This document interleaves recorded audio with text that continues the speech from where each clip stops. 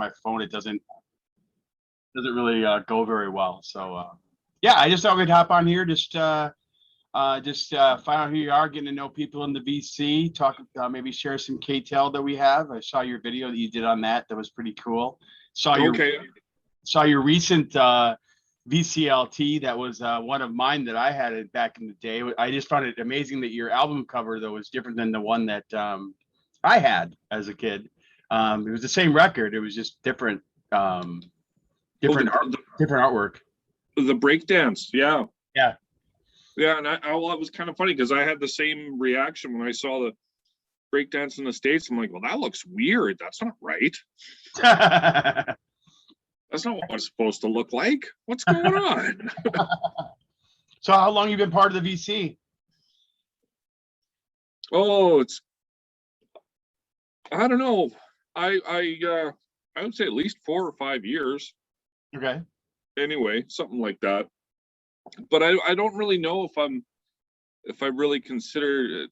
It's kind of funny because I always kind of thought, you know, the VC is being part of the VC because there's so many things that, you know, people come and go throughout the VC, and there's so many people, you know, so many people. There's core people that think, oh no, this is the VC of this core people, and that's like, oh, this is the VC and this core people. So I don't know, but I mean, like I mean, I've always been been posting videos on YouTube all the time, and it's just like, I guess the vinyl community was just kind of like, well, I guess, well, yeah, no, it was probably about 4 or 5 years now, because it was like, that was when I really started posting. I started posting some videos of just my own stuff, and then I saw, like, when my foot was broken, and I just had nothing but time on my hands to sit around, I ended up just watching videos, and then I came across Frank's videos, and that kind of like triggered me into making videos and so forth. So I guess it was really Frank's fault that I joined the VC, I guess. So. Yeah, it was Frank's fault too. I hooked up with Funky Moose Records because he did that whole interview with them for like an hour. If you saw that video or not, but yeah. It's actually a pretty funny video because they're in the middle of doing the interview, and I actually buy up all of Funky Moose's KTELs while they were live interviewing him. I just bought all your KTELs, and they're like, really? And then Mark goes, yes, he just did. Oh, that's hilarious. Well, one part I've liked about the VC, I mean, I'm newer to this game, but one thing I've liked about it is that it's a lot more interactive. I noticed people have the less subscriber thing going on, because I remember I would try to make comments on people's the bigger channels like Vinylize or even Frank for that matter. I try to make, you know, comments, and it's like, I'm here, you know, I'm trying to make a comment, and you wouldn't get a response or whatever, you know. Yeah, it's just kind of like thing. Like I mean, I connected with like when I connected with Frank, his channel wasn't so big, right? Right. So now it's just like there's just so many. It's just exploded so much for him that he finds it hard to even respond to every message, where he used to. Yeah. You know. Yeah. He used to respond to everything, but yeah, no, it was just kind of funny. Yeah, we became close friends actually through the VC and stuff like that. So that's cool. I've been over at his place a couple times, and we were planning on, I was gonna go over there this year, but just with the whole COVID thing and everything, it just kind of went plop. So, where are you located in Canada? I'm in Regina, Saskatchewan. Is that like so I guess you're not too far from Funky Moose then, or I miscalculated this a couple of times, because I one time told Mark at Funky Moose that he was like, you know, 2 ways away from this one guy that had a bunch of KTELs that wanted to sell to me, and then he's like, no, JD, that guy's like 2 days away. Oh yeah. I have no depth perception when it comes to Canada. Yeah. No, well, Funky Moose was like Prince Albert, or they're up north, aren't they? Yeah. Yeah, it's Prince Albert, and that's I don't know how far Prince Albert is away from me here. I'm not too sure, but yeah, I don't know. I just know that I'm really bad at maps myself. I know the whole time zone thing alone with Ken is hard to figure out because like Mark was like, I thought your time. I did an interview with him the other day, and he was like, I thought your time was 9 o'clock, but then I couldn't figure out Chicago. But you guys celebrate daylight savings. He goes, I'm lost. I don't know where you're at on it. Yeah. Yeah. No, it's yeah, I'm horrible at the whole time zone thing too myself. So it's just I was actually surprised that because you're an hour ahead of me, right? Is it Yes. 8:30 over there? Yes, 8:30. Close to 8:30, yeah. Yeah. So yeah, so it's 7:30 here, and then that's like it was, I just felt so bad because like last week I was just, because I don't get like on my email, I don't get the notifications for email, so I don't really see them as much. And I always get like, the majority of people that I communicate with, it's either like, Facebook Messenger or texting. So it's just like I don't see my email very often. So what I saw, I was just like, I was just looking at my email and I saw that you sent me another invitation. I'm like, crap, no. Oh, geez. So Well, my old company I used to work for, we were all Gmail based, and the one I did find out later when I started getting my own Gmail account that they had like automatic like time zone adjusting for our meetings and stuff. So like the minute you sent a guy in India an invite to your meeting, he would like show up and know right away what time in his zone to show up at your meeting.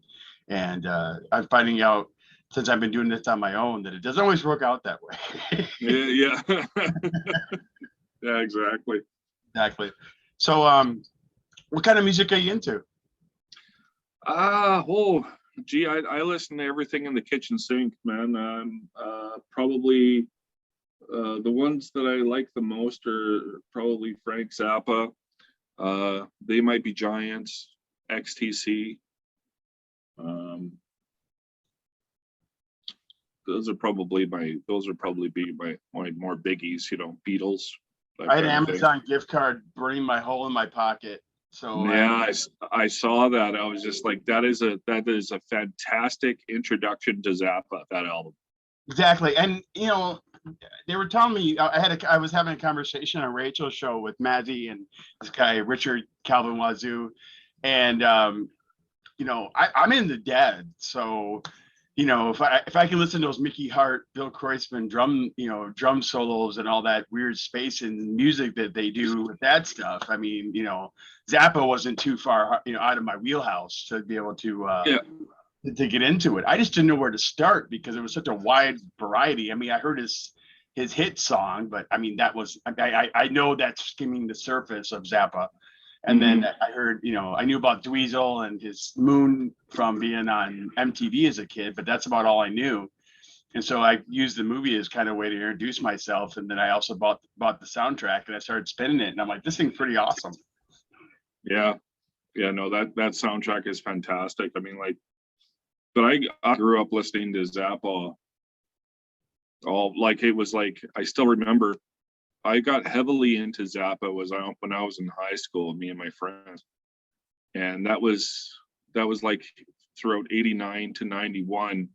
And that was before, that was just when Ryko started releasing some of the CDs on disc, but they were really hard to get.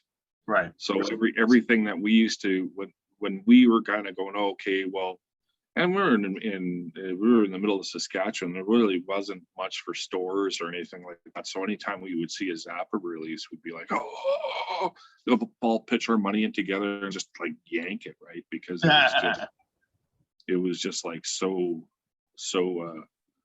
hard to come by. But I mean, like, I think my introduction to Zappa was probably the one that I remember was one that my brother had, and that was what's it called now? Overnight Sensation. Okay. So it was Overnight Sensation. He had that, and I remember listening to that, like, when I was like 10 or 11 or something like that. And then he also said, "You are what you is." And we got into that. And then my friend of mine in school, while we were in like grade 8 or grade 9, he ended up getting a copy of, it was just after Zappa Meets the Mothers of Prevention came out. And that was just during, sorry, hold on, my cat's bugging me. That was just during the porn wars and the PMRC meetings and all that kind of stuff in what was it, 85 or 86 or something like that. And that's when I really got heavy into them. You gonna say hello, Dio? I got mine right. Want to say hi? Zoom cat call here. Cat call. It's Spock. Now this one's the Dio. COVID cat, because we thought she was the most unfriendliest thing ever. But when I started working in the basement from home all the time, man, she's gonna be, all over me, friendliest thing ever. Now she's like my buddy who won't leave me alone. Yeah, exactly. That's kind of like, well, Dio, I think we have 3 cats, and our other 2 cats are just like, they don't really care about anyone, right? They're just kind of like a cat that you'd expect. They just kind of like go around. But then this Dio, I think he ends up having like separation anxiety or something like that, because he always has to be with somebody all the time.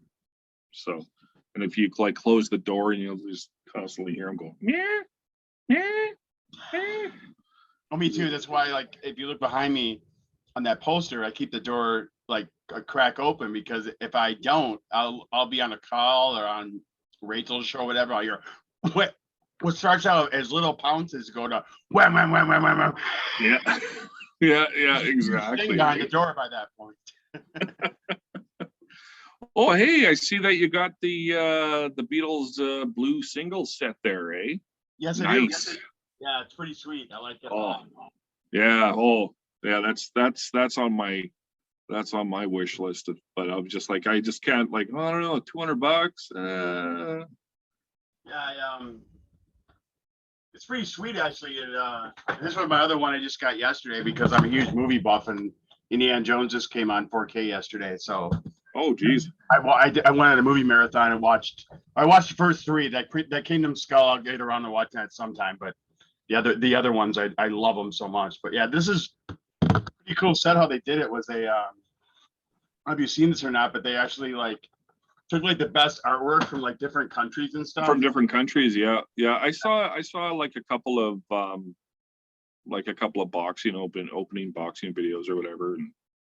But yeah, I and that's why I was just kind of going, well, let me see, $230 just for records. I don't know.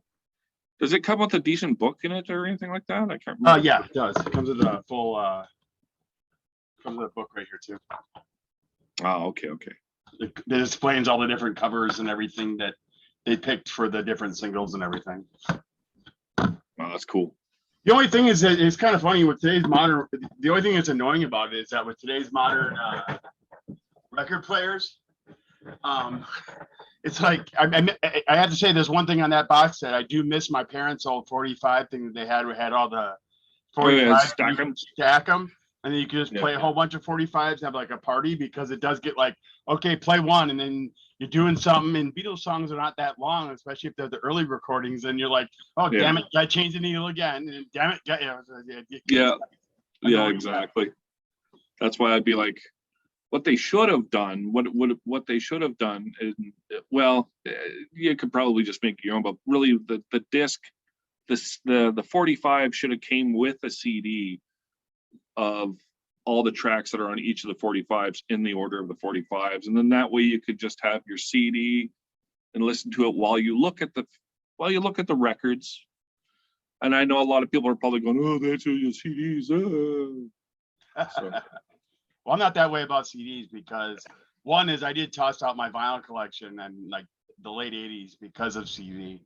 And I mean, I've been trading dead CDs. Like Linda Murphy was on her show, and I had commented to her. She was like, she had a trade with somebody, and she didn't know how it was going to go. And I was like, Linda, I've been doing dead trades on people's honors since, like the 90s. We would like since the burning capability came in. I remember it was a big deal to be able to have a burner that could record live recordings, because the original burners that came out would just record individual tracks. They wouldn't do a full, full blend of the soundboard from one to the next.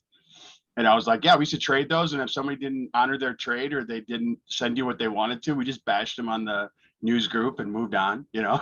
Like don't do a trade with this guy, he's a loser. That's how we did it back then. Yeah. Well, that's what I find that so cool, is that with training and that, but then now, like, you can go to archive.org and there's like 6,000 Grateful Dead concerts that you can just download from there. That's so fun. But yeah, I know. Unreal. Yeah. It's really kind of like because we used to do tape training and stuff like that too when we were younger, and it was almost kind of like an art to it. It was like almost like there was the thrill of the find, in a way, or like, your buddies would get this one record and well, if you buy this album, I'll buy this album, and then that way we can trade. Right. That those days are kind of gone, just because of all the streaming stuff. I mean, there's a lot of advantages. I'm happy that my kids grew up having streaming, because they wouldn't have, I don't think that they'd have the eclectic tastes in music, right, if they didn't. So that's a good thing. There's definitely advantages to it, but I catch myself not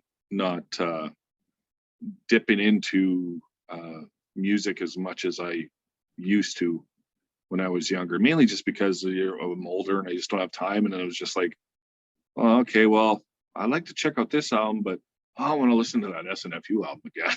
That kind of thing. Yeah, I am fortunate with my job that I'm in IT, and I do a lot of the compiling of data, and I have to wait for jobs to form so I can play music in the background while I'm working. So that helps out a lot. Yeah. Oh yeah, definitely. That's what I do too. And I sit in my office, and I'm lucky I have my own office, and I'm lucky to I play whatever I want in my office all times. But sometimes, it's not really a true listening, because it's, you're focusing on doing something or whatever, and it's kind of like in the background, but it's still better than listening to the radio, because I can't stand the radio with the life of me.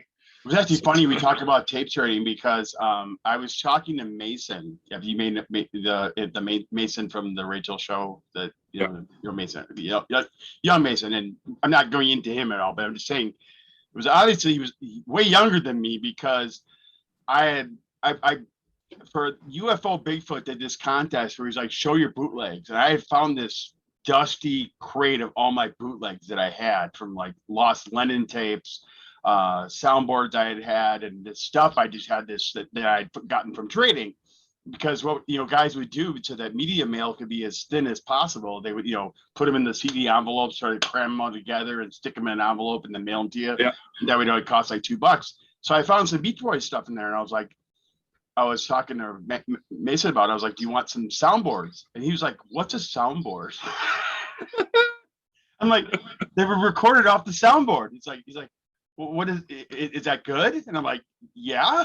I go, that means they recorded, they taped directly off the soundboard, and they didn't have an audience recording. We're hearing some tape clacking in the background. It's actually, that the actual soundboard recording, you would that was part of what meant the higher quality of the bootleg that you had, or the live. It was actually I don't know if I'll back up a second.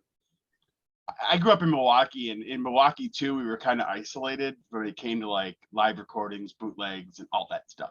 And then I went to college out in Brooklyn, New York, and I was walking through the village with a bunch of kids, and this guy had this like little boombox and these tapes. And in his tapes, I looked at it right away. And I'm a huge Billy Joel fan, and I'm like, "You have Billy Joel live at off of a radio show?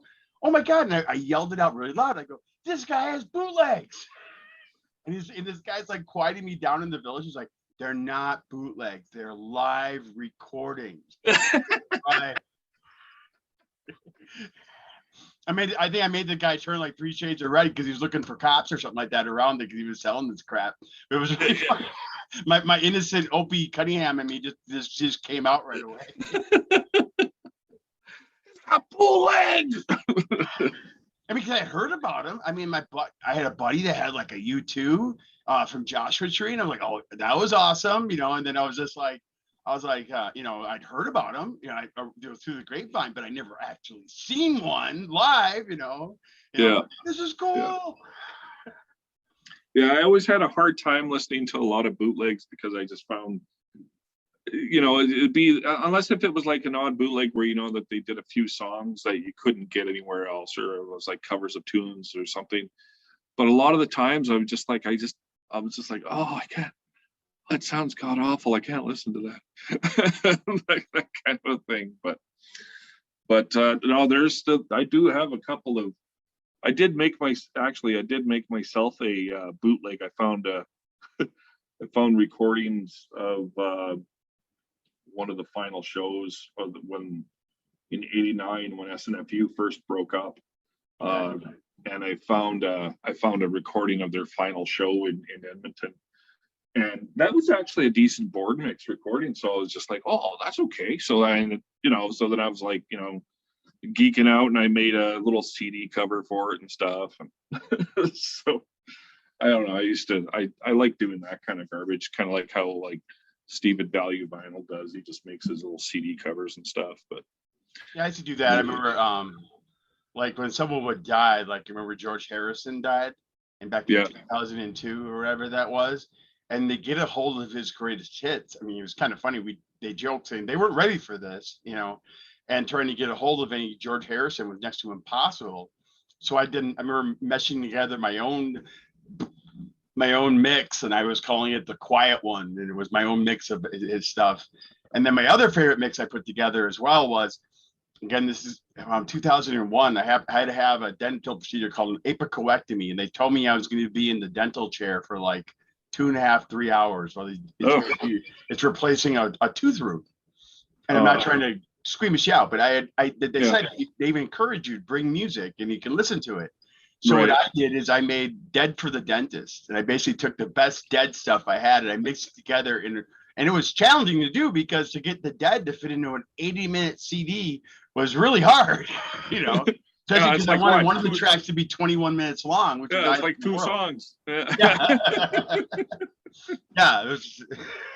So I used to do that too. Yeah, Dead for the Dentist. I remember the Quiet One were my two favorite mixes that I had, you know. But yeah, that was a big thing, you know, as far as we used to trade that stuff and be like, you know, yeah, you want, you send me, like, you show them your list.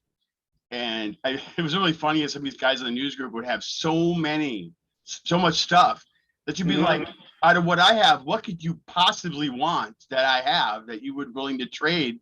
You know, I'll send you some blanks and you make me a copy. But I was like, what do you possibly, you have this like catalog that's like this long. You have a website that lists them all. It's like just crazy, you know? Yeah. And I remember looking at those too. And that's part of the reason why I never got into, I'd never honestly got into much of tape trading bootlegs, just simply because I never felt like I never really had much to offer.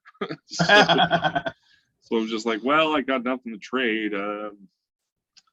I'll just stay with the stuff I got. That's actually funny because, you know, because you see my background here, I'm into sci-fi and stuff too. And I remember I went to a record show and everybody was after these. The other thing that was popular too was these VHS tapes of like what was recorded off the live feed that you saw at the concert. So like, you know, if it was Billy Joel, all those really close-ups of his hands on the piano, and you got to see it was like literally you watched the switcher, that's what it was. And to this day, the Dead is the only group I know that has put those out, like said, this is what we did, this is who we are, enjoy the psychedelicness of it, put it out there. But it was actually funny is that my buddies were after those recordings, I was like, oh my God, they had the Star Wars holiday special. That's what I want. Oh my God, that's such a horrible show too. It is, but the commercials are worth every minute of it. It's like totally painful to try to make it through one of those, you know. Yeah, that's true. I mean, well, that's, you know, and that's one thing that I fell in love with YouTube is because, and that, for example, I mean, my son sent me like my son's going to Lutheran school right now, And but he sends me texts and so forth. And yesterday he sent me a clip of YouTube to check out, and it was like drive-in commercials. Oh yeah. Drive-in theater. Oh my God, I can watch those forever. they're just so awesomely bad at the same time as awesomely awesome. I can just watch those forever. Oh God, what's this? These are all like drive-in videos. Yep. Drive-in movie 1, drive-in movie 2, drive-in movie 3, drive-in, because this is all public domain. So drive-in, these are spooky time drive-in movie stuff. More drive-in stuff on these 6 discs, and I actually do backyard movies with my kids, and I show movies, and I show these clips before there. There's even one on here that's that's fantastic. I love it. That's awesome. It's like dating, like what to like these ones from down south. They're like what to properly do on a date at the drive-in and what not to do at a date at the drive-in, and then also letting you know they have church there at the drive-in. I mean, all this stuff that's just. And then, they say, look at these burgers. These burgers look like they're like hockey pucks grilled on a grill, and they look disgusting. And they're like, come try this at the snack bar, If you like corn dogs, you'll love. If you like hot dogs, you'll love corn dogs. The show will begin in 5 minutes. And so it's really funny story with these is that I worked for a video store. Kind of like some people work at record stores. I worked at a video store here locally, and pretty much my money that I made working for them went right back into buying movies. Of course. And he had a whole selection of these videos by this company called Something Weird Video, and this company makes car commercials, but they also do like stag films from the early days, the old reel-to-reel stag films and stuff like that. Nice. So when I ordered these around 99, 2000, the catalogs were coming to the house when I ordered it. And my wife was like, what the hell is this? And I'm like, I ordered these driving things from them, and they've been sending me like crap ever since. Nice. Yeah, but seriously, honey, I just get these for the commercials. Exactly. Yeah, it's actually fun because they actually have like the original. I don't know what movie theater companies you have up in Canada, but we had a company called UA Movie Cinemas. Okay. It's like my tradition. If you see those like trailers they show, like intermission and like please use crash receptacles, exits are here, and there was an old UA like a promo reel, and I always as a joke would show that outside before the movie starts. Before I roll the film outside, we want quiet in the theater. We're outside, Dad. That kind of thing. Yeah, no, that's awesome. That just makes it fun. I think that's fantastic. Yeah, I've been doing. Yeah, my kids love it. They always love it when I put on the outdoor movies outside. And we, for my 40th birthday, we actually blocked off I got the entire block here in Butler on board, and we blocked off the entire street and had a movie. And even people were bringing their trucks up against my house and like making like they're like camping out and watching a movie outside. It's kind of fun, So then did you just like project it on the side of a wall, or did you have like a big sheet or something, or what did you? I have a portable outdoor movie screen. It's about 160 inches wide, and oh shit. Yeah, so and it's got a whole outdoor cinema sound system with it and everything. Oh, well, yeah. Now that's fun. I know my goal is, because I know you play music. Obviously, I can see from the drum set behind you. My goal is someday I'd love to have a live music performer play beforehand. That'd be my ideal goal, because I pretty much have the sound system for them to tap into, to entertain the crowd, because there's this waiting time that you have from when it becomes dusk, and dusk always changes every time. Obviously, for when you actually roll the movie, so it's kind of fun that way. Yeah. Well, this drum set is actually just a cheap $100 drum set that my son picked up because he just was like, I'm gonna learn how to play the drums. So he just bought a drum set, and it just sits here in the basement or whatever. So and we make noise on it once in a while just for fun. You play instrument too? I saw, and obviously I saw your theme of your show where you have you play the guitar and everything. Yeah. I dabble in the guitar a little bit. I used to have a band back in the high school days. We did the band thing or whatever, and we used to, in high school, we were called the Black Market Farts. Oh wow, And that's cool, man. Yeah, we went for Black Market Farts, and then we became the Donuts, and then later on in like the late 90s, early 2000s, I was in a band with a couple of my buddies. We called ourselves Lung Butter. Oh wow. So yeah. So we put out a couple of CDs back in the day or whatever. We did local shows or whatever, but it wasn't really anything like, nothing. We had a local television access cable show, or a special, like, where we took over the show for an episode, that kind of a thing. But I uploaded that. I have that on my channel or whatever too. So if you ever wanted to watch something like that, but it's just a lot of silly stuff like that. So, but I haven't, I never really, well, we just more mainly did just making noise, having fun with it. I never really was over serious. Like my son is way more serious playing music than I was. And he's needing an outlet. He's needing to find, he's needing to just with this whole COVID thing and stuff, he's just needing to find an outlet to get together with more people and like get a band going. But the days it's not like how it used to be when we were younger, where everybody would have a band, or everybody would you'd go to each other friends' gigs and so forth. That kind of scene is just, or at least here in where I live, there's not that much of a scene. So No, that's much anywhere. And that was probably back in even before my day. My stepmom at Shorewood, my stepmom went to the same high school that I did, and that was the thing. I mean, like for their class reunion, they actually reunite the old band. I mean, that's like what they do for their class reunion, is like a tradition. They get everybody back together. And actually, the filmmaker, David Zucker, is part of that group. And he sits there, he's jamming out with them, playing Johnny Cochran and everything. Yeah, he's part of. My stepmom sat next to him in all her classes, because Zucker, and her last name was Zuli. They sat next to each other. But yeah, that's part of their like class of '66 tradition, is to get the old band together and start jamming. That was like what they did at their parties back then. Oh, that's awesome. Yeah. Yeah, my only no, we never really, I don't even know. I'm just trying to think of like who's the most popular people from where I live. There's not many.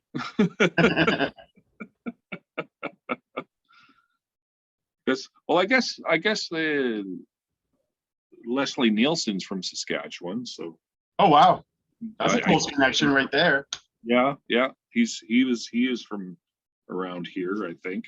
Maybe closer to Melville. I'm not too sure, but I'm not sure on my knowledge on that kind of stuff. Yeah, you're probably like, oh wow, having a talk with this guy is really quite boring. No, it's fine. No, it's our big thing out here is like the Violent Femmes are huge. The Violent Femmes started out playing in have you heard of the Violent Femmes? Yeah, yep. Yeah, they started playing in line at a Pretenders concert. And so ever since that first album, they cannot leave the stage in Milwaukee to this day without playing everything off that original first album that everybody has, and we all had it memorized in this town. It was unbelievable. So, yeah, exactly. It's a fantastic album, and it still holds up to this day. Yeah. That's actually, I think that's the only one that because I used to have more records when I was younger, and then what I ended up doing is I ended up selling a bunch of my records to buy an engagement ring for a girl at the time. Oh wow. And then that never worked out, and then so then a lot of the records that I did have that I got rid of, I ended up buying on CD again afterwards or whatever, or things like that. But yeah, it was kind of funny because I bought an engagement ring, and then I had the engagement ring, and I was going to keep it because the place where I bought it from said, oh, you can get 50% of its worth back if you buy another ring. I'm like, okay, sure. But then the thought of using a ring to buy another ring was just like bad mojo, and I Exactly. I can't do that kind of a thing. So I hawked the ring for like stupidly low for how much it was, and then me and my brother and my friends, we went and saw Black Sabbath's reunion concert in 96 or 97 there, and or no, it was 98, sorry, and in Minneapolis, and Oh, cool. that show was fucking fantastic. Oh, I bet. Yeah. I was fortunate that I got to work at Alpine Valley Music. Have you heard of Alpine Valley? I can't say I have, no. It's in East Troy, Wisconsin. Like it's like the major venue between Milwaukee and Chicago. So all these major bands like the Stones, the Who, the Grateful Dead, Kiss, all Billy Joel, all these bands played there, and I worked there. So it was actually cool that you got to meet the bands, you got to hear the sound checks and all that stuff. Nice. That was cool. That's actually where, sadly, that's where Stevie Ray Vaughan died. Oh, okay. Yeah, I was kind of surprised that they launched the helicopters on that one, because the year before that, I met the Who while they're waiting for limos, because this was like a 2-lane highway to get in and out. To get them to their resort, they had to wait for limos to come in to get them out. And I was kind of surprised, because like they launched his helicopter with all that fog. I was really shocked. And I found out later that would happen. I was like, whoa, But yeah, but that was awesome. I would be able to see all those shows. And I mean, I would just sit there in awe. The only one to this day I cannot stand though is Same Old Situation by Motley Crue.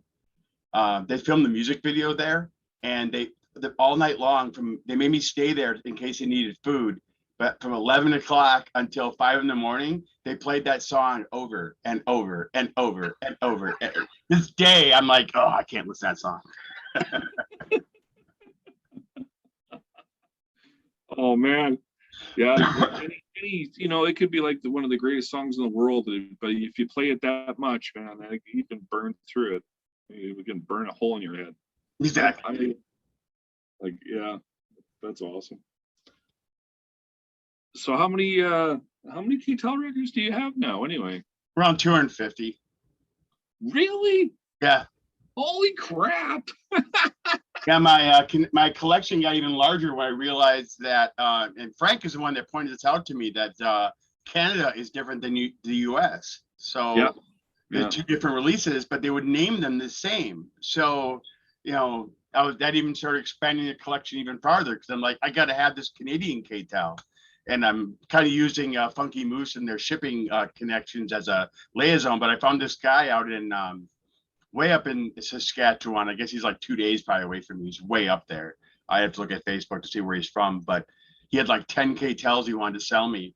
And Funky Moose had me work with them to try to get a deal. It was I joked. It was kind of like, if you ever watch the X-Men, like, where they send Xavier and they go talk to somebody about K-tels, because the guy Funky Moose was like, I have no clue how to talk to this guy. But yeah, But yeah, it's really funny. It's kind of. I do it for nostalgia. I mean, as you've been having a discussion, I am into real music. I mean, I'm not like, and it's so funny because the first thing out of people's mouths in the VC is always, it sucks, or the pressings are horrible, and all this stuff about them. And I'm always just like, well, yeah, I know, yeah, It's, yeah. I mean, they are what they are. I can't just accept them. Yeah, I mean, buying, where else could you get that many tracks on one record? Right here is a Canadian release. I got this one from Funky Moose. Get all these tunes, and back in the day, I only had $8.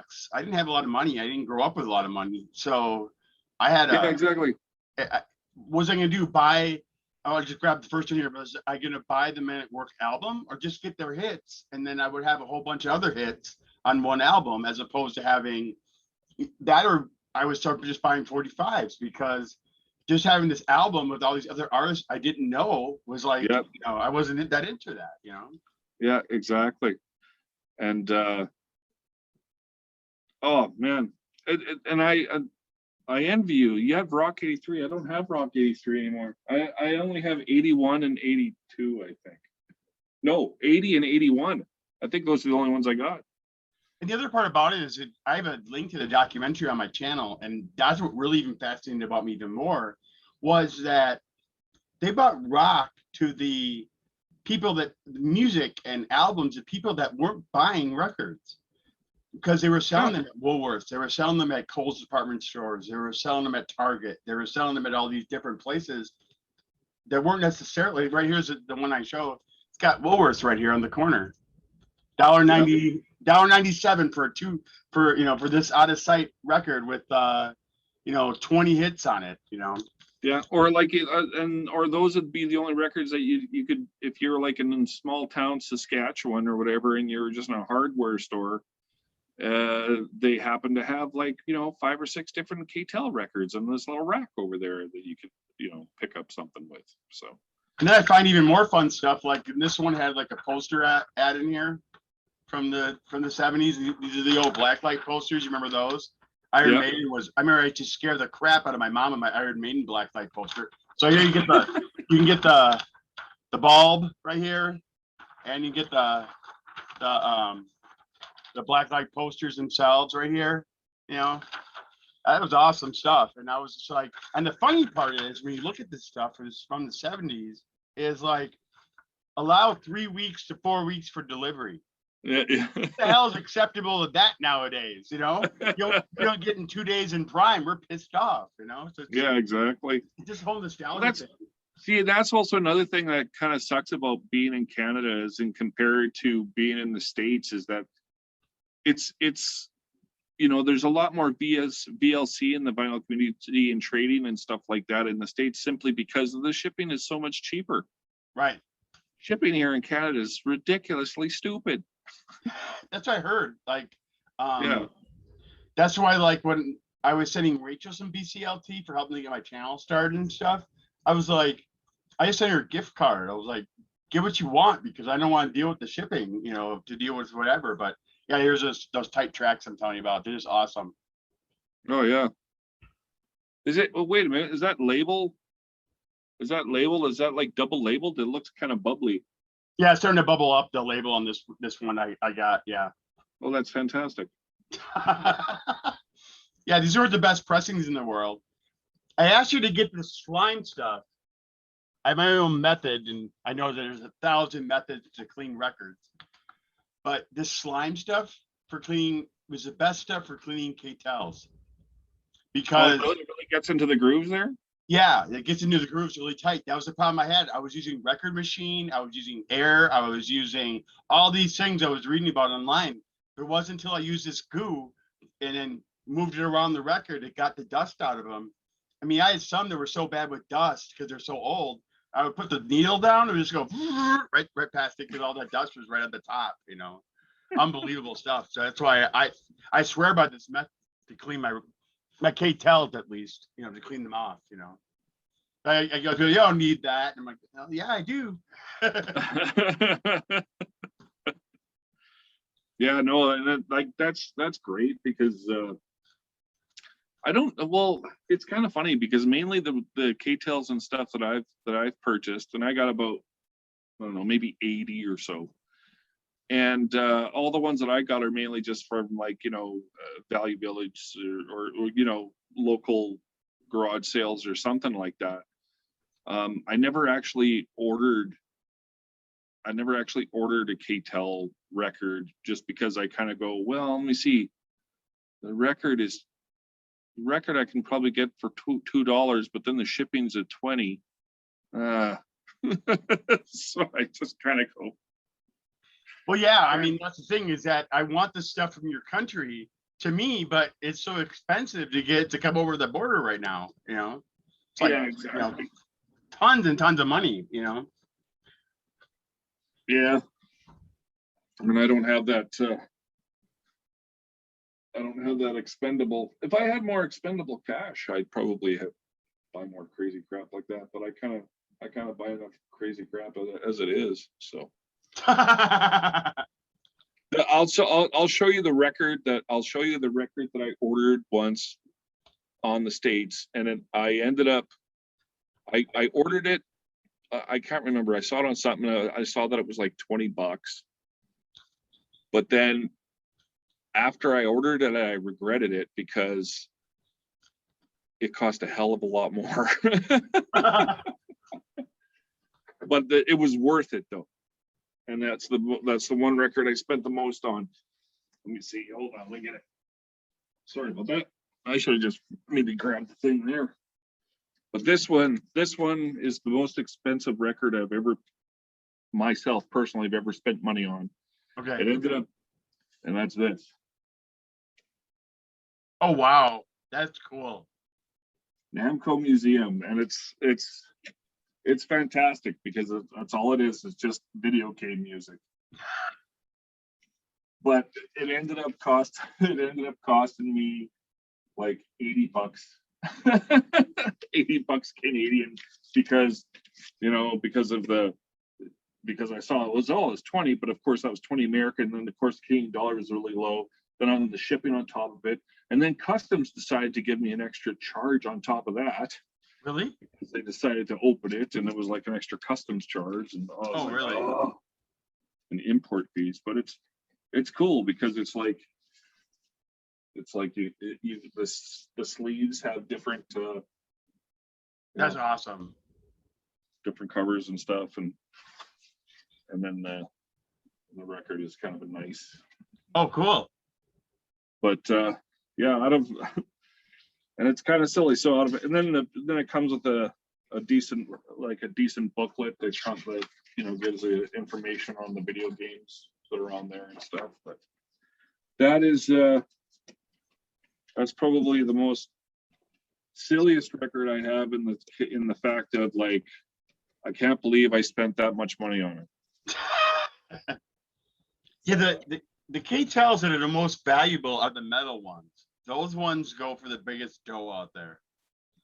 I do have a couple of a couple of metal ones. Okay. I have let's move over here. Nope. My basement's in the process of renovations. Like, I have part of the carpet ripped out, and then I'm just like, then we're just doing a whole bunch of other stuff. So I never have enough time to do anything, it seems like. Okay, so now I came over here. Why did I come over here? What was the reasoning? Metal K-tels? Oh yeah. Okay. Let's see.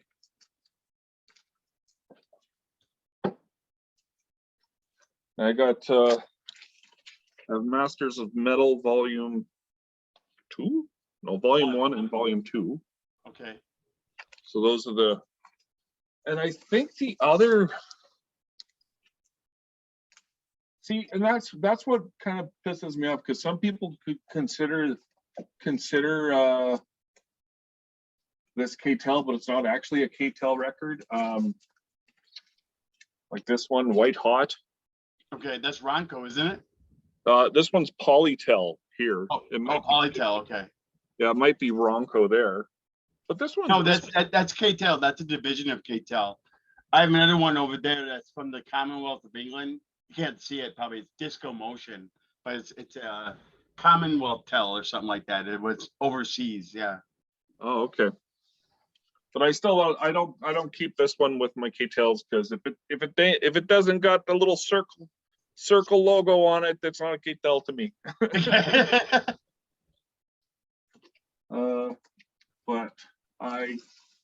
But there is a great there, and I still have to get it, but I do.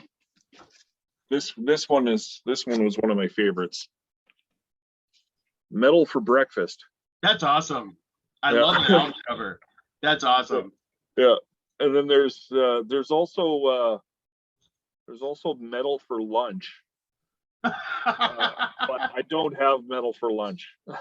But this one's like a Canadian. It's a Canadian record company called Attic. Oh, it's Attic Records compilation. But a lot of people, like, when they think of K-tel records, they think of, oh, this is a K-tel record. I'm like, no, it's not. Just because it's a various compilation doesn't mean it's K-tel. Exactly.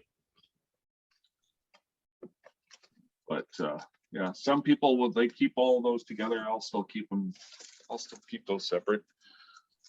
But I don't know. I don't know if I have any. Like I probably any of the K-tels that I have are all probably ones that you still have or already have. Here's the first K-tel, technically. Oh yeah, country artist. I don't have that one. This one's from it was on the artistic label, and he didn't have the rights to any of this music when he released it, and then basically sold the records and then paid the artists off, but he didn't have any of the rights when he released this. Phil Knives. That's his balls, is all I gotta say. Yeah, no kidding. Like, how would you get away with that, eh? Not today. When I can't see how you would get away with that today at all. Well, no, you can't even play a song for 10 seconds on YouTube. Right. Is it automatically going? Ah! Yeah, I'm just trying to think of. Let's see. What would be my? This one's one of my favorite ones. Best of Britain. That's awesome. I That do one. have a Beatles one too. British greats. Oh yeah, the Beatles are on that. Cool. Yeah, but it's Tony Sheridan with the Beatles. Tony Sheridan, the Beatles. Yeah. Yeah. Yeah, I do have one that has the Beatles on it. Let me check here. Which one was it? Because it was. Oh, which one was it? I think it's this one. Yeah, Flashback Fever. Oh wow. This one's got the Beatles on it, I think. Which one is it? Yeah, Ain't She Sweet, Beatles, from the Polydor Tony Sheridan recordings, I think. Yeah, the public domain. Yeah, exactly. Well, because my last name, my mom's maiden name is Mirzajeski, this is a hit out here. Yeah. Well, that one is huge here too, because I mean, like this, the Ukrainian polka belt is up here in Saskatchewan. Yeah, you can't get away at a wedding in mine's still sealed. I haven't opened mine. Oh, really? Yeah. Oh, mine. Does it? Oh, okay, so wait a minute. What's does this one have different polka tracks? That'd be awesome. I had the Liechtenstein polka, the Too Fat polka. I'm just going down tracks 1 and 2. Oh, yeah, Too Fat Polka's track 3 on here. Oh wow. Well, so What's it the is address different. on the bottom of yours? The address? On the bottom of yours, yeah, right here. Oh, well, this is Winnipeg. Yeah, so mine says Minneapolis. And that's Yeah. how you can tell the difference between the Canadians versus the American.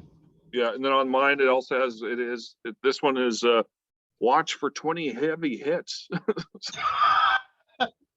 I'm like thinking to myself, okay, if you're buying a polka record, are you going to really be wanting to get 20 heavy hits?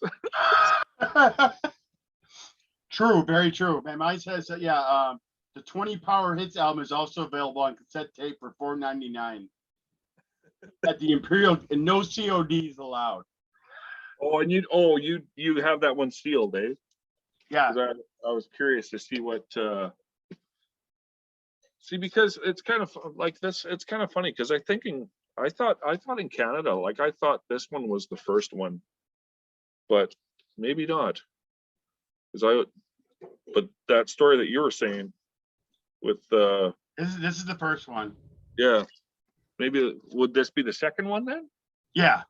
I know it was one of the first ones, so.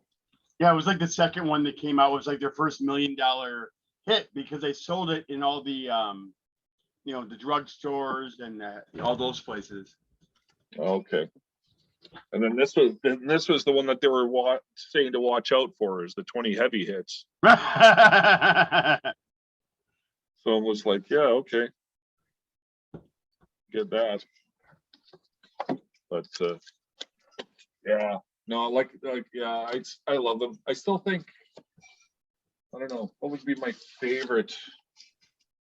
Oh, my favorite K-tel album is probably and I think the American one is different too, but my favorite one is this.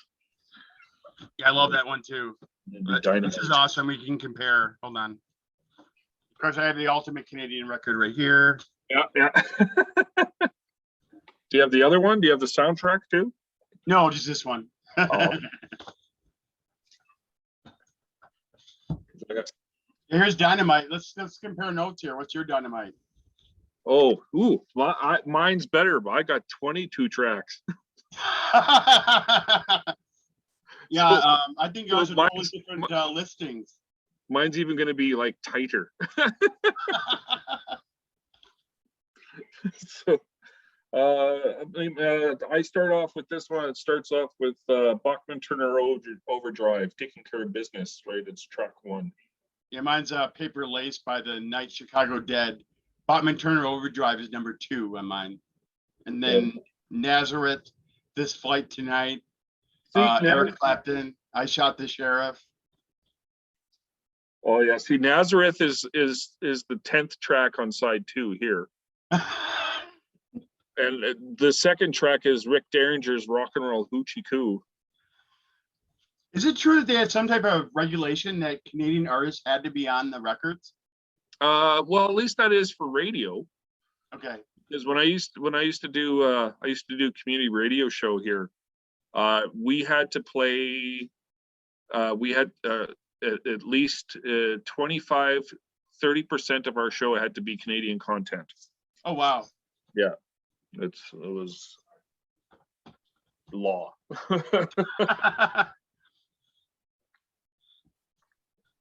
Yeah, it's amazing how, again, that's what the part that fascinates me even more is how they would just put out the same name and then they would give you one version, they give me another one. It's hilarious. Yeah, exactly. And then of course there's like in Germany, there's like some of them are the same and completely different as well. Right. Yeah. And so I mean, like you can just totally lose yourself in ordering a whole bunch of different K-tel records, man. Right. And the other part is let's see if I can find it here. Hold on. It's like different concepts too, because like this one, yeah, like the Canada version for Starflight is more like new Soft wave, rock. soft rock. Oh, new wave. Okay, yeah. And then ours is more ballady. I mean, so it's like they had 2 different concepts and they released the 2 records. Pretty wild. Oh, I don't think I got Starflight. No, I don't. Bummer. Soundwave is the other one because like our Soundwave, I wish you could find my Canadian one, but it's like Soundwave is like all disco in America. But on Soundwave, you guys have like Billy Joel and all this stuff on the Soundwave. The cover looks different there. Yeah. Hold on, let me grab mine. I have both. Oh, do you? Oh, okay. Oh, there it is. Yeah, that's weird. Even the vinyl on the inside is different too. Oh, okay. It's the the Canadian one is the capital. It's the capital logo. Right. But yeah, and this one has the old-fashioned American K-tel on it. Oh, okay. Yeah. I used to listen to this one on 8-track in my uncle's conversion van back in the 80s. I used to record it with my Panasonic, like cassette to try to record the songs off of his van back in the day. Because it had Kiss on it too. So yeah, exactly. The one thing I was surprised that that Frank Zappa is actually on one of these K-tel records. really? Yeah. Which is on, well, it was of course the biggest hit, but which one is it now? Damn it. Oh, this one here. The Hit List. Oh, I got that one. Yeah, this one's got Frank Zappa on it. It does? Wow, I didn't even notice that. Yeah. This Hold one, on. well, yeah, maybe yours, maybe the American one doesn't. I don't know. I have both. Oh, yeah. It's the second last track on side 2 of volume 1. Valley Girl, right there. Yeah. Yep. Yep. Got it. Here's the Canadian, and here's the American. And are those two fairly different? Oh, very. This one's more rock and roll. This one's more soft rock. Keep on Loving You, Morning Train, Angel of the Morning, Tide is High, Here I Am, All I Can Do. And then this one's more rocky, kind of, you know, totally different sound. Cool. That's wild. This one was kind of a rare pressing, as a matter of fact. The local record store, I had to bargain him down, but he was selling this for like $30 because he had heard it was from some rare pressing for this K-Tel record. It was hilarious. I was like, guy, it's a K-Tel. What are you talking about? He's like, well, I saw on Discogs it was from some really unique pressing and everything. And I mean, it's mint and everything, but I was like, dude, it's still a K-Tel. Yeah. Other buddy the other day, he was like, I paid like $10 for a K-Tel, and I was like, dude, you paid way too much. Yeah. I've gotten since, I mean, at first I was like, oh, I must have this one, I must have that one, I must have this one. At first I was like that. Then I've gotten more like, oh, I can wait and I can get a better deal on something else and not have to spend a ton to get the K-Tel I want. And I can be patient because, as you find out in the VC, everybody is like, this is like the depth of their collection, you know? Yeah. They're like, what? You like K-Tel records? Here. It was actually funny. Do you ever watch Patrick's show that he has? Sorry, who show? Patrick's Bun Archivist. No, I don't think I have seen. He does like a live stream at night, and we got on a tangent talking about what was right at my alley, which was like, you know, soundboard recordings. And I was just like, yeah, crap in, crap out. Because some of these guys that sell bootlegs would tell you like, oh, it's on deluxe tape or it's on deluxe CD. So it sounds awesome, but it doesn't matter. Yeah. If the course is horrible, it's still going to be horrible when you output it, no matter how good your stuff is. And he's like, I made that crap, you know, crap in, crap out. And he was like, oh, that coming from the K-Tel guy is pretty funny, you know? Yeah. Some people defend me and I'm just like, I get it. You get a lot of slack just for K-Tel. Like, that's funny. We can't all be, well, the one thing I will say about collecting K-Tels, and I want to see if you agree with me on this, and this is awesome for, you know, question. Do you notice your records sound better when you play K-Tel? Oh, you mean like after you listen to a bunch of K-Tel records and put on something else? Yeah, like I'll put on like, you know, I'll just grab one randomly. So I'll grab my Iron Maiden here. So I'll play this after playing a bunch of K-Tels. I made the joke that I can't review a record now. I can't for audio quality because anything sounds better. I'll admit that. I'll be the first to admit that. You know, but that's not why I collect them. It's out of nostalgia. It's out of memory. That's why a big part of me with music has always been nostalgia and you know, having such eclectic. I went to 9 different schools as a kid, so I rolled with like different groups all the time. It was like one group was in metal, another group was into rap, another group was in new wave and all this, and I kind of moved and molded into different groups and stuff. So that's why I kind of like, you know, like what I like kind of thing, you know. Oh yeah, totally. Well, yeah, I don't even know what kind of stuff would I have here that might interest you. I wonder. Let me see. Oh, what do I have for Grateful Dead? I have the standards. I only have 4 Grateful Dead albums. You're gonna be sad. It's okay. I have Built to Last, the Skeletons from the Closet, and of course American Beauty. And then this one is I don't know if you pronounce it AOXOXNOXOA or if you call it Oxo Moaxwa.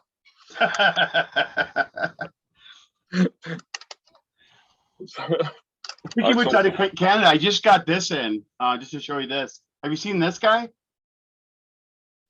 Project Gemini? No. He's a local guy from Canada, from Toronto, Mark Anthony Koprycki.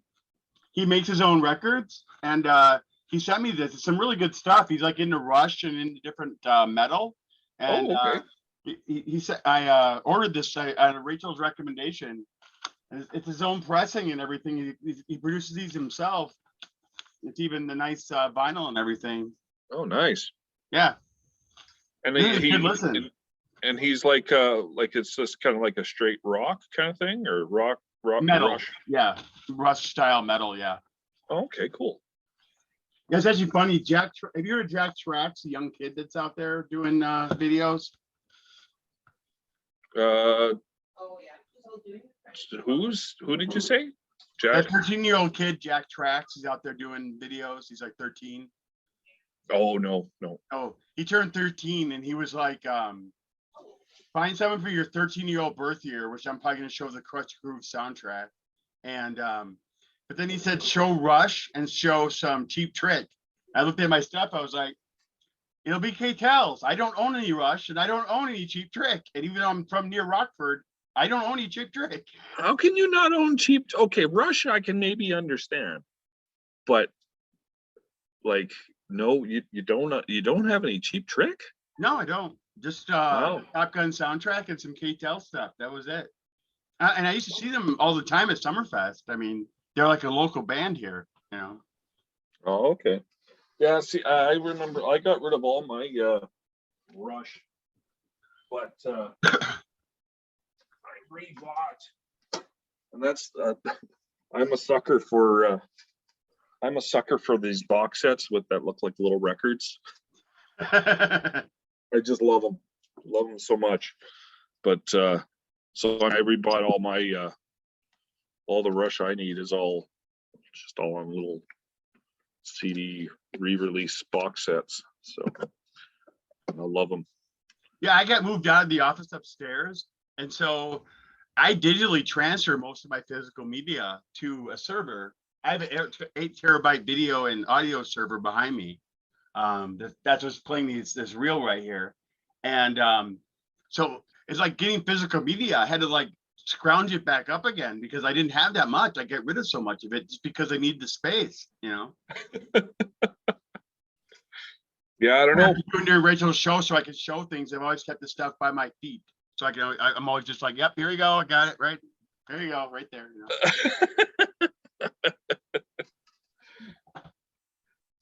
Yeah, yeah, because my junky, my kind of junk. I don't even know. Like, you probably see. I used to be, when I was younger. I was really into a lot of punk and stuff like that. Okay. And noise punk and stuff. And this is still one of my more treasured possessions. Well, that's Essen. Yeah, this one's SNFU's third album that I picked up. This one I picked up in 88 or 89. But thing that I ended up finding this, and I kept this because when I was 16, it was like when I was 16 and when I saw one of their last shows, I ended up getting a poster. I still have it. Oh, wow. And I still have it, and it's signed by all of them. Oh, cool.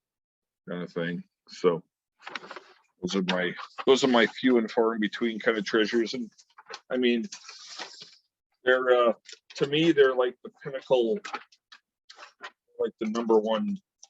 They were the number one punk band in my eyes. So, but that's my kind of weird stuff. I'm just trying to. I never really like that's. So, what was it about Grateful Dead that sparked your interest? I just like the long I like the long jam band, the way they always sound different one night and they always switched up their set list. It was never the same thing. From having seen, like, I mean, when I worked at Alpine, you had 3 Motley Crue shows. I mean, it would be the same show, 1, 2, 3, all night long. By the time I see. Sunday rolled around, you were sick of it.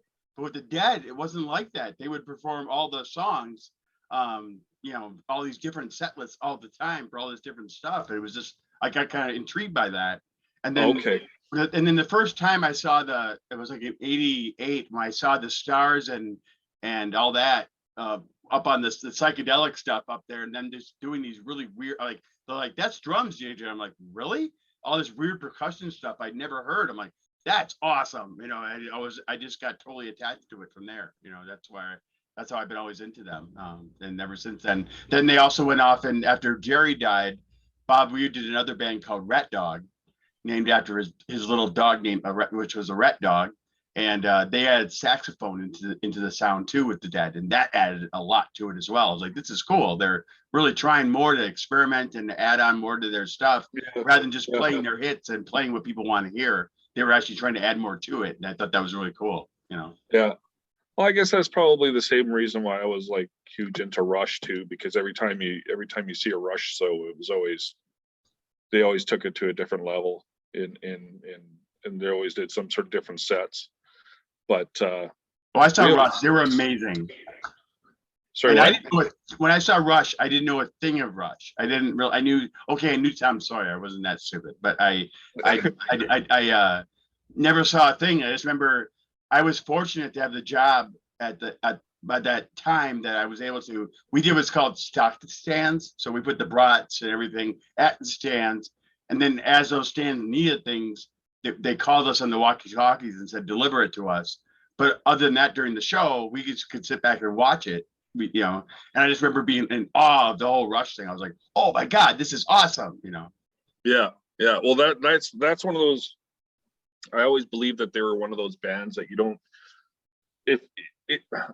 I would say 90% of the time, if someone says, I'm not a big fan of Rush, that's because you didn't see them live. Right. If you did see them live, you would have a completely different opinion. That's my take on it anyway. The crappiest weekend I ever had though was working New Kids on the Block.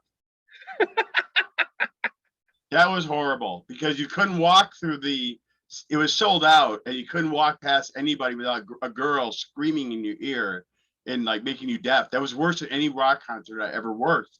And the only fun part was that it was 110 degrees that weekend. So they gave me and another guy, because we weren't doing anything, the job of spraying down the crowd, because they were worried about kids overheating, and because they got there early to get those general admission seats, and they were worried about kids passing out. And so they said, spray them down. And it was just funny because we were all like, there's a babysitter, aim for that one. We're adolescents, we're like, yeah, there's a babysitter, there's one over there, 5 o'clock, aim for it. While you're singing Zappa's Wet T-shirt Night. Exactly. Wet T-shirt time again. So, well, it's great talking to you, Gilly. Oh, thanks, man. It was good talking to you too. No problem. I'm glad that we actually got to connect up. Right. I'll probably edit out like where you like rolled and stuff like that. But if there's any parts of this that you don't want me to broadcast or anything, let me know and I'll make sure I edit them out. I always tell people in my interviews they're a collaboration and not an interview, so to speak, because I don't want to mad because I post something you don't want to see, No. It's kind of funny because I've been always I always was trying to